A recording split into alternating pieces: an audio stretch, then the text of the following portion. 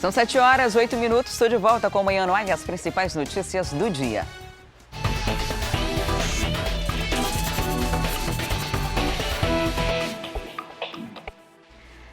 E agora vamos falar de finanças. De acordo com o IBGE, existem no Brasil mais de 10 milhões de pessoas que moram sozinhas. E quem decide assumir os próprios custos tem um verdadeiro desafio: equilibrar as contas no fim do mês. Uma tarefa difícil, tanto que o número de endividados dessa parcela da população já chega a 25%.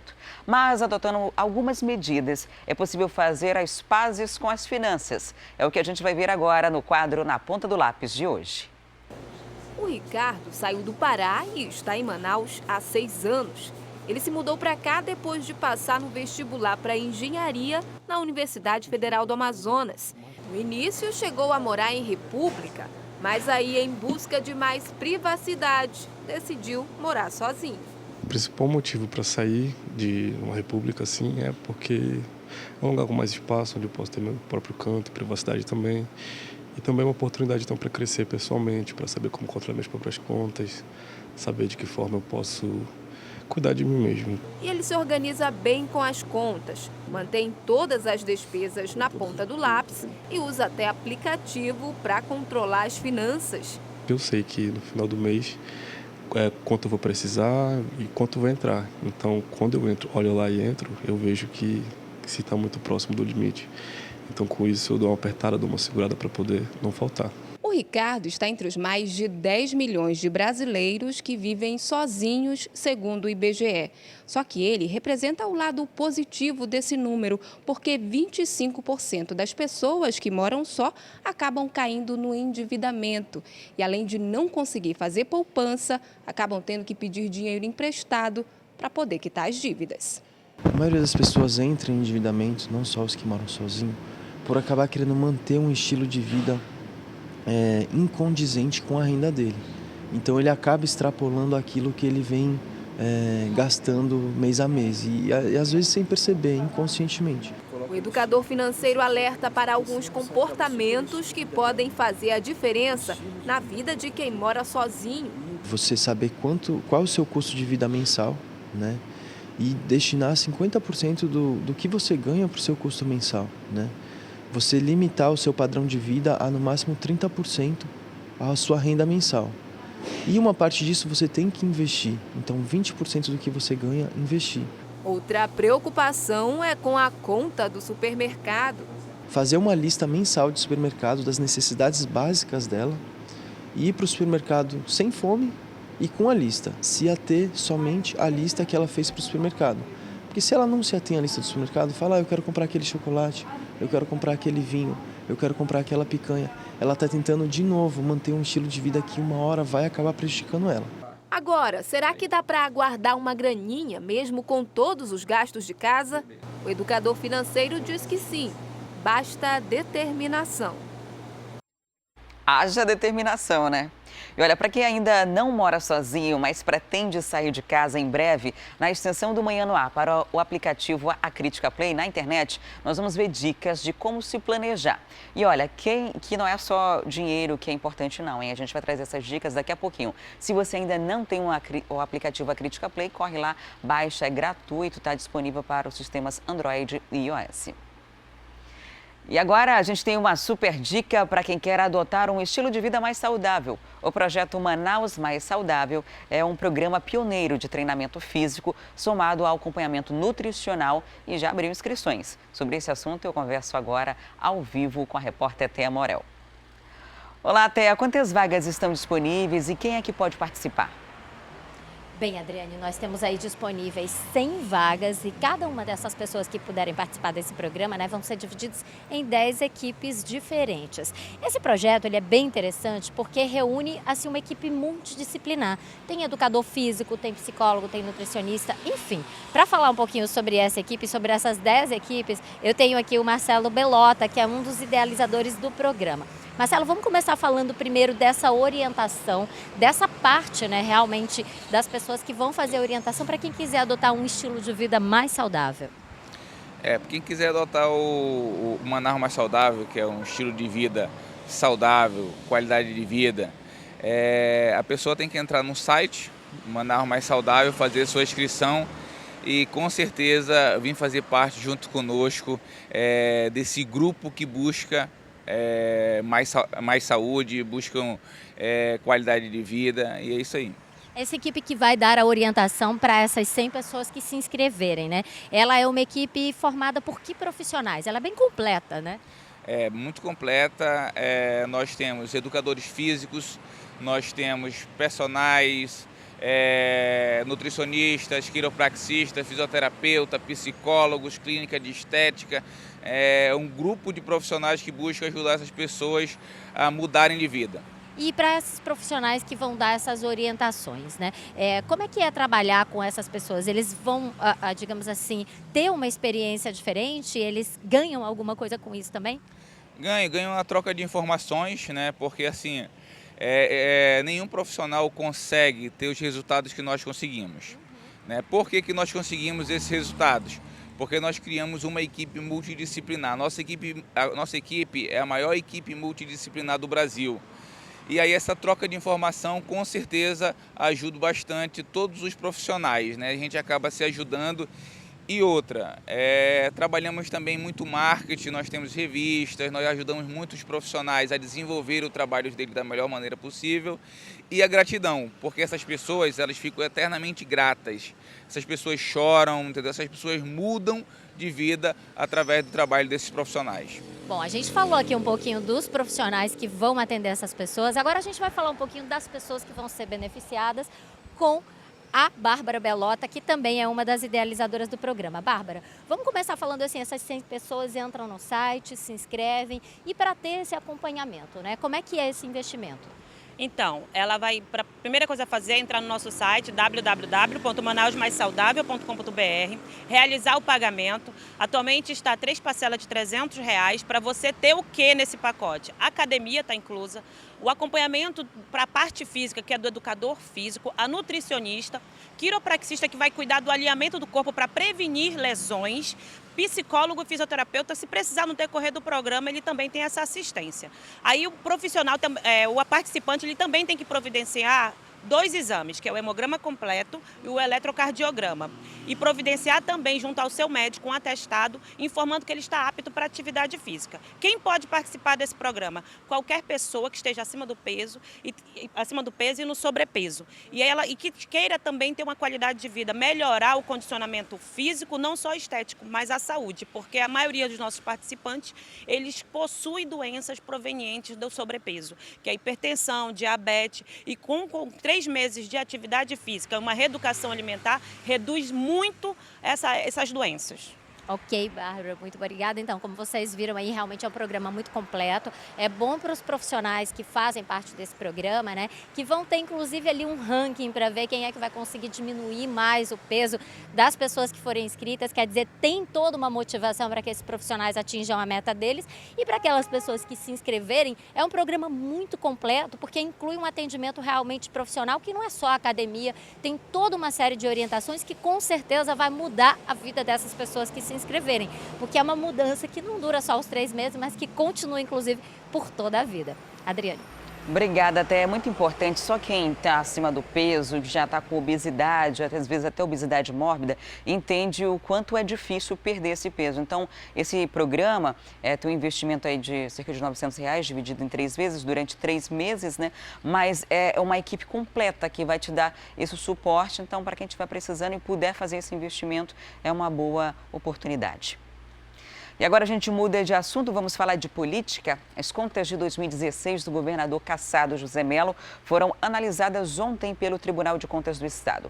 Elas foram aprovadas, mas com algumas ressalvas, principalmente sobre as concessões de incentivos fiscais.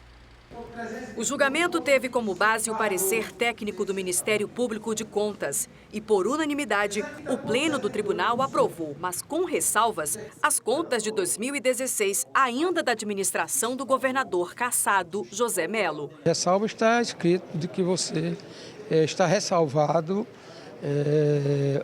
aquele posicionamento de que o tribunal não aceitou e recomenda que na próxima que o Estado não recaia novamente nessa situação. Entre as ressalvas, o TCE quer saber com mais clareza como o governo tem concedido os incentivos fiscais para as empresas. Só em 2016 foram mais de 6 bilhões de reais em isenções, o equivalente a 30% do orçamento do Estado. Para o presidente do tribunal, Ari Moutinho, essa é uma questão que tem sido negligenciada pelo governo. Não é favor. O amazonense, ao dar a renúncia fiscal, ele paga adiantado por isso. É bom que fique muito claro, nós somos a favor do modelo da Zona Franca de Manaus, do nosso polo industrial. Agora, tem que ficar bem claro que a população dá uma grande contrapartida. E no ano de 2016 foram mais de 6 bilhões que o estado do Amazonas deu em contrapartida às indústrias do polo industrial. O presidente do TCE destacou ainda as dívidas da Petrobras e da Amazonas Energia com o estado. Segundo ele, as duas empresas devem ao governo em torno de 1 bilhão e 400 milhões de reais. Na minha opinião, na opinião do Tribunal de Contas, tem que ser feito pelo menos um encontro de contas. Como é que o estado do Amazonas paga a Manaus Energia, a Eletrobras, se ele tem créditos a receber? Nós não podemos aceitar isso. O Pleno do Tribunal também debateu as denúncias de desvio de recursos da saúde investigadas na Operação Maus Caminhos da Polícia Federal e o contrato com a empresa Humanizare, que administra os presídios. Os dois processos estão sendo julgados separadamente. Os convênios são processados, inclusive separados das contas anuais. Você tem as contas anuais, as contas das secretarias, individualmente, dos órgãos do Poder Executivo, e há também as contas especificamente de cada um dos convênios que o Estado faz, de cada termo de parceria, de cada contrato. Essa matéria está sendo examinada dentro desses contratos. O relatório final do TCE segue agora para avaliação e votação na Assembleia Legislativa do Estado. E agora são 7h20. A gente vai ao vivo lá para o estúdio da Rádio A Crítica conversar com o Márcio Paes Barreto e a Micaele Cevalho, que são ao vivo na 93.1. Olá, bom dia, meninos. Bom dia, Adriane. Bom dia. Vamos falar sobre uma questão que está gerando bastante repercussão ainda, que é a eleição suplementar que vai acontecer em agosto. Ou deveria acontecer, porque agora há um novo pedido para que essa eleição seja indireta, ou seja, apenas os deputados estaduais votariam. Pois é, o Ministério Público Federal está defendendo a eleição aqui no estado do Amazonas, que ela seja de forma indireta, ou seja, que seja escolhido o próximo governador, o governador Tampão, que ele seja escolhido pelos 24 deputados estaduais da Assembleia Legislativa. O Ministério Público Federal, através de seu vice-procurador, o Francisco de Assis Sanseverino, ele entrou com um pedido junto ao Supremo Tribunal Federal, alegando que a forma como o TSE julgou o ex-governador José Mello e cassou o mandato dele e do vice-governador foi de forma inconstitucional. Feriu o artigo 52 da Constituição do Estado do Amazonas. O que significa isso, Adriane? A gente vem falando muito dessa questão da reforma do Código Eleitoral. E o Código Eleitoral diz no artigo 52 que a eleição tem que ser indireta nos casos aqui para o Estado e município.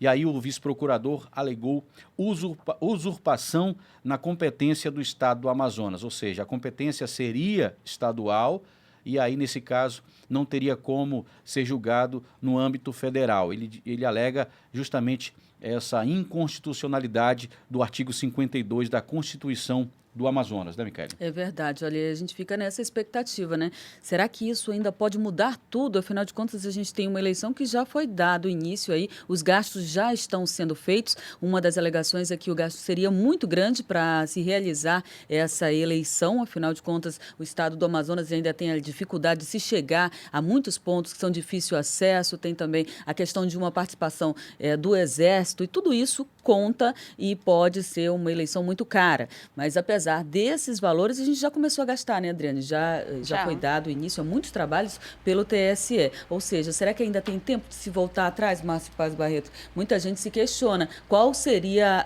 o mais apropriado nessa situação e no momento em que nós vivemos, já que já se começou a articular toda a eleição. Dessa, né?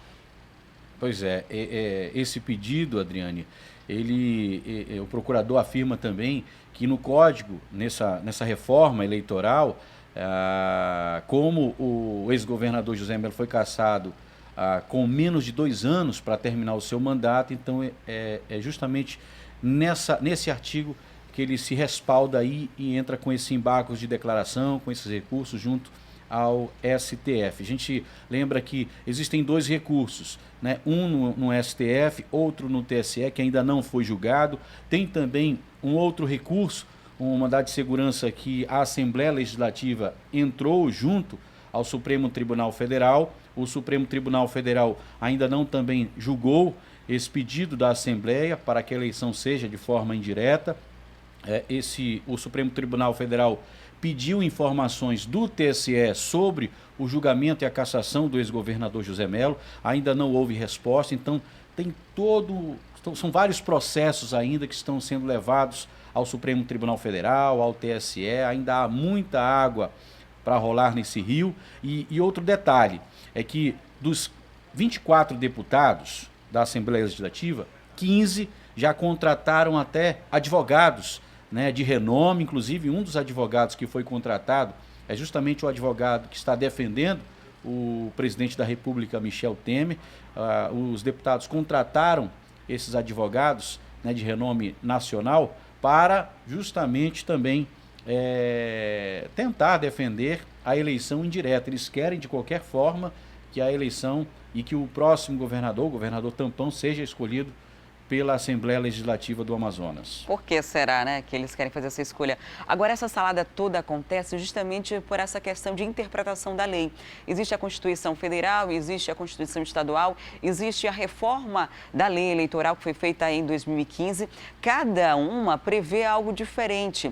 E aí fica nessa instabilidade de a gente saber o que de fato vai acontecer, porque vai depender da cabeça dos magistrados, né, o que decidirem na hora. A priori, já tem a decisão do Tribunal Superior Eleitoral, que na publicação do acórdão, quando decidiu cassar José Melo, decidiu também que haveria eleição direta, em que todo o Estado ia votar. Agora a gente já está numa fase de convenções já passaram, registro de candidatura já se passou também. Agora já tem 8 candidatos disputando esse pleito. Esses 8 candidatos já iniciaram a campanha, já tem autorização para que eles gastem o dinheiro de fundo partidário, entre outras coisas. Já foi estabelecido quanto cada um pode gastar. O governo federal, na verdade o TSE, já liberou dinheiro para que o TRE realize as eleições. Está todo mundo trabalhando nesse sentido. A população começa a analisar agora as propostas, porque o período de campanha já começou. E ainda tem essa possibilidade de que essa eleição não aconteça. É algo muito temerário e é algo muito preocupante e instável para a gente, né? Para a população, para o Estado, para a economia. A gente não sabe se analisa agora as propostas para escolher nosso candidato ou se fica nessa indecisão se vai haver ou não essa eleição direta ou indireta. O que é mais grave, Adriana? O que é mais grave é que a gente conversou com o diretor do TRE Amazonas e ele disse que as contratações já estão acontecendo, ou seja, já estão gastando para a eleição suplementar. Ou seja, se houver uma decisão contrária à eleição direta, dinheiro já vai ser um dinheiro gasto, né, de forma em que não vai acontecer a eleição, ou seja, estão gastando dinheiro à toa. Esse que é o pior. Eu acho bem difícil que essa decisão seja revogada, né? Que não aconteça essa eleição direta. Eleição que, inclusive, já está mexendo com algumas pastas, como é o caso da Superintendência Municipal de Transportes Urbanos. É verdade. O diretor-presidente lá é o Marcel Alexandre, que é do PMDB. São os efeitos das alianças que foram formadas, né? E aí cria-se, né, uma situação constrangedora depois que ficaram definidas aí as alianças políticas para algumas, né, alguns ocupantes de cargos públicos ali, dependendo do que ficou acertado até a sexta-feira, como a gente divulgou aqui, alianças que inclusive foi surpresa, né, foram surpresas para muita gente. Olha, o Marcel Alexandre ontem anunciou ali que entregaria o cargo, ele que ficou como titular da Secretaria Municipal de Transportes Urbanos por pouco mais de um mês, ou seja, vai deixar o cargo, vai voltar lá a ocupar a cadeira dele na Câmara Municipal de Manaus como vereador. Ele é do PMDB. E aí, depois que foi anunciada aí, há cerca de 4 dias, né, que o prefeito Arthur Neto se candidataria e apoiaria Amazonino Mendes, ele ficou numa situação difícil porque ele é presidente do PMDB. Então, ele anunciou que vai deixar o cargo, anunciou que já tinha conversado isso também com o prefeito prefeito e que o prefeito, inclusive, concordou aí com a situação, sabe que é uma situação um pouco complicada para ele, já que ele é presidente do partido. Agora, o que o Marcelo Alexandre falou é que vai fazer tudo de uma forma muito tranquila, vai participar dessa transição do cargo para ajudar o próximo, quem vai substituí-lo. Ainda não tem uma data definida, então, para ele deixar a SMTU, mas essa não foi a única situação constrangedora que a gente vê ali no staff da Prefeitura Municipal de Manaus, né, Márcio? Pois é, vamos tentar, tentar explicar essa costura que foi feita. O PMDB tem seu candidato a governo do Estado. E o PMDB também é da base aliada da Prefeitura, do prefeito Arthur Neto, que é do PSDB. Ou era, né? O vice-prefeito é do PMDB. Só que o prefeito Arthur, do PSDB, apoia outro candidato que não é do PMDB. Ou seja, há uma embolação, uma costura tremenda. Inclusive, o vice-prefeito está naquela questão da saia justa, né? Porque o prefeito Arthur Neto até anunciou através das redes sociais, né? Convidou o vice-prefeito a trocar de partido para que ele fosse para o PSDB.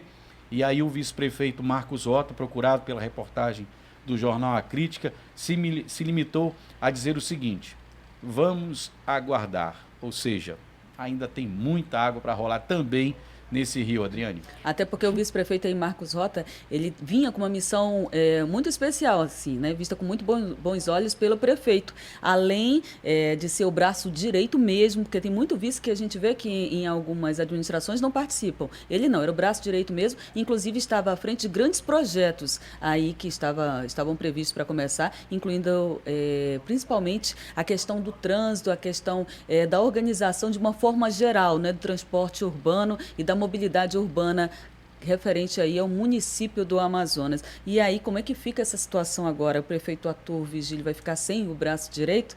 Afinal de contas, ele é do PMDB. Bom, nada com relação a isso ficou definido ainda e a gente aguarda os próximos capítulos dessa novela. Fidelidade partidária mandou lembranças, né? Porque a gente vê uma salada, uma mistura de gente que, de um lado, uma hora você está de um lado, outra hora você está do outro, e você está, às vezes, dos dois lados ao mesmo tempo. O PMDB que fez uma composição para a disputa da prefeitura, junto com o Arthur Vigílio Neto, que agora está apoiando Amazonino Mendes, nessa eleição que aparece aí como principal adversário de Braga. Então, há essa mudança na SMTU e há grandes indícios também de que Marcos Rota possa deixar também o PMDB e passar a se tornar um tucano, né? E aí, para quem vota por idealismo, fica muito complicado, né? Porque você vê que os próprios filiados a esses partidos, eleitos inclusive, e que disputam pleito, não levam isso ao pé da letra, né? Não tem mais aquela identidade com o partido, de você representar de fato o que aquele partido, quando foi criado, se propôs, né? Então, é só mais uma forma da gente ver como a gente não pode escolher o nosso candidato, né? Que não dá para escolher pela sigla em si, porque a sigla hoje, ao que parece, é o que menos importa. Pois é, e isso é um dos pontos, Adriane, que a gente tem levantado aqui, até com especialistas também, cientistas políticos, que esse também é um dos motivos que deve aí levar a um número recorde de abstenção nessa eleição suplementar. Essa indecisão, essa costura, essa troca-troca de partido, ninguém tem mais confiança nos candidatos e aí é possível que nessa eleição suplementar a gente tenha um número recorde aí de abstenções. Difícil mesmo fica para o eleitor, né, Márcio? Entender tudo isso num tempo muito rápido, um tempo muito curto e tentar fazer a sua escolha. Tem muita gente que ainda não entendeu nem como é que nem porque tá o bonde está andando, né? A articulação aí. E realmente fidelidade partidária é uma coisa que ficou lá para os tempos antigos, viu? Ultimamente, nos últimos anos, os políticos não vêm respeitando nem um pouco a questão partidária. Eles mudam de galho em galho, vamos dizer assim, né? De uma maneira muito rápida e sem levar em conta o tempo de partido ou mesmo a intenção do eleitor. E a legislação. Obrigada, Micaele e Márcio, pela participação. Um ótimo dia para vocês. Bom dia, Adriane. Até amanhã. Até lá. E para você que começou a acompanhar o Manhã no Agora, não tem problema não, porque a gente preparou um resumo das principais notícias até aqui. Confira. Policiais da Delegacia de Homicídios de Rocan prenderam 4 homens envolvidos com tráfico de drogas na zona sul da capital. Eles também estão envolvidos com algumas das mortes que ocorreram naquela área durante o fim de semana. Justiça determina a recuperação imediata do prédio da Santa Casa de Misericórdia. Na decisão, cabe ao Estado iniciar os trabalhos de revitalização do local em até 10 dias. O antigo hospital está abandonado há 12 anos e serve de abrigo para usuários de drogas da região no centro da cidade. O Ministério da Justiça divulgou que o número de pedidos de refúgio no Brasil aumentou e grande parte dessas solicitações vem de venezuelanos. De 2015 até agora, somente no Amazonas foram quase 2.000 requerimentos feitos por imigrantes vindos da Venezuela. Contas de José Melo do ano de 2016 são aprovadas com ressalvas pelo Pleno do Tribunal de Contas do Estado, principalmente sobre as concessões de incentivos fiscais. O relatório final do TCE segue agora para avaliação e votação na Assembleia Legislativa do Amazonas. Cerca de 1.000 homens devem reforçar segurança durante 3 dias do Festival Folclórico de Parintins. O plano tático foi apresentado ontem durante uma reunião no Centro de Comando e Controle Integrado. Durante o festival ainda será realizado a 15ª Feira de Artesanato, como uma forma de divulgar os artesãos locais e aquecer a economia no município. E o Festival de Parintins está chegando, já é a semana que vem, e você tem a chance de curtir uma noite da festa com tudo pago. É isso mesmo. Participe da promoção Passaporte Premiado da TV A Crítica com as blogueiras aqui de Manaus. Oi, gente! Oi, gente, eu sou a Rafa Moura, do Quanto Foi. E eu sou a Bruna Castro, do Bruna Castro Oficial. E esse ano a gente vai levar um seguidor cada pro Festival de Parintins. Eu já estou aqui com o meu passaporte. Eu tô com o meu e de um seguidor. Que a gente não sabe quem é e a gente tá ansiosa. E pra participar é super fácil. Corram no nosso Instagram, no meu e no da Bru, que lá estão todas as regrinhas. Curtam a foto oficial. Sigam o perfil da TV A Crítica, o nosso perfil, marquem 3 amigos e participem quantas vezes vocês quiserem. E vamos pra Parintins, gente! Vem! Eu já vou começar com 2 palavras. Olha aí, essa semana a promoção está rolando no Instagram da Bruna Castro. Você anota aí, segue lá as regras, Bruna Castro Oficial. Ela é uma das convidadas da TV A Crítica para participar da cobertura do Festival de Parintins nas redes sociais. E quem também vai poder levar para a ilha Tupinambarana e vai poder também concorrer aí é a Rafaela Moura, só que o Instagram dela é esse aqui que está aparecendo aí, o Quanto Foi. Fique por dentro das dicas de beleza, de moda e participe dessa promoção, segue todas as dicas, as regras para você também disputar aí, concorrer e quem sabe não é você que consegue esse passaporte premiado. E se você é aluno da rede pública, fique atento, porque as inscrições para o programa Jovens Embaixadores 2018 vão até o dia 9 de agosto. Mais de 500 alunos da rede pública já participaram desse intercâmbio estudantil. E quem vai dar mais detalhes sobre esse assunto é a repórter Thea Morel. Olá, Thea, como os alunos interessados podem se inscrever? Conta pra gente. Bem, Adriane, essas inscrições, para os alunos que fazem parte da rede pública de ensino, elas podem ser feitas online através do site www.jovensembaixadores.org/2018. Esses jovens que vão ser selecionados agora até agosto, a partir de agosto, já que as inscrições vão até o dia 9 de agosto, eles vão fazer um intercâmbio que é proposto pelo programa em 2018, a partir de 2018. Para participar desse projeto, existem aí alguns critérios específicos. Esses jovens precisam ter entre 15 até 18 anos, precisam ter conhecimento da língua inglesa, falar inglês, até porque eles vão fazer um intercâmbio nos Estados Unidos e também precisam ter algumas características muito específicas, como, por exemplo, liderança e possibilidade de trabalhar com o voluntariado. Esse programa já está em sua 16ª edição. A primeira edição desse programa foi em 2002 e de todo o Brasil já selecionou 517 jovens para fazer esse intercâmbio nos Estados Unidos, que é muito interessante. Em janeiro de 2018, jovens selecionados, e nós já tivemos alguns aqui do Amazonas, porque eu me lembro que eu já fiz matéria sobre isso, Jovens selecionados, eles vão até a capital dos Estados Unidos, até Washington. Em Washington, eles participam de várias reuniões com grupos, com organizações sociais, com pessoas que trabalham no setor governamental. Além de reuniões, eles também vão visitar vários pontos turísticos, conhecer um pouco da história da capital americana. Eles vão também visitar museus, isso tudo no primeiro momento do programa Jovens Embaixadores. No segundo momento, eles vão ser separados, eles vão para cidades específicas, onde eles vão ficar com famílias, né, que vão fazer a hospedagem deles, e eles vão participar daquilo que a gente conhece mesmo como programa de intercâmbio. Participar das aulas junto com os alunos americanos, participar de atividades sociais, se integrar realmente com a cultura americana e conhecer um pouquinho de como funciona o ensino médio, vamos dizer assim, né, da Universidade Americana High School.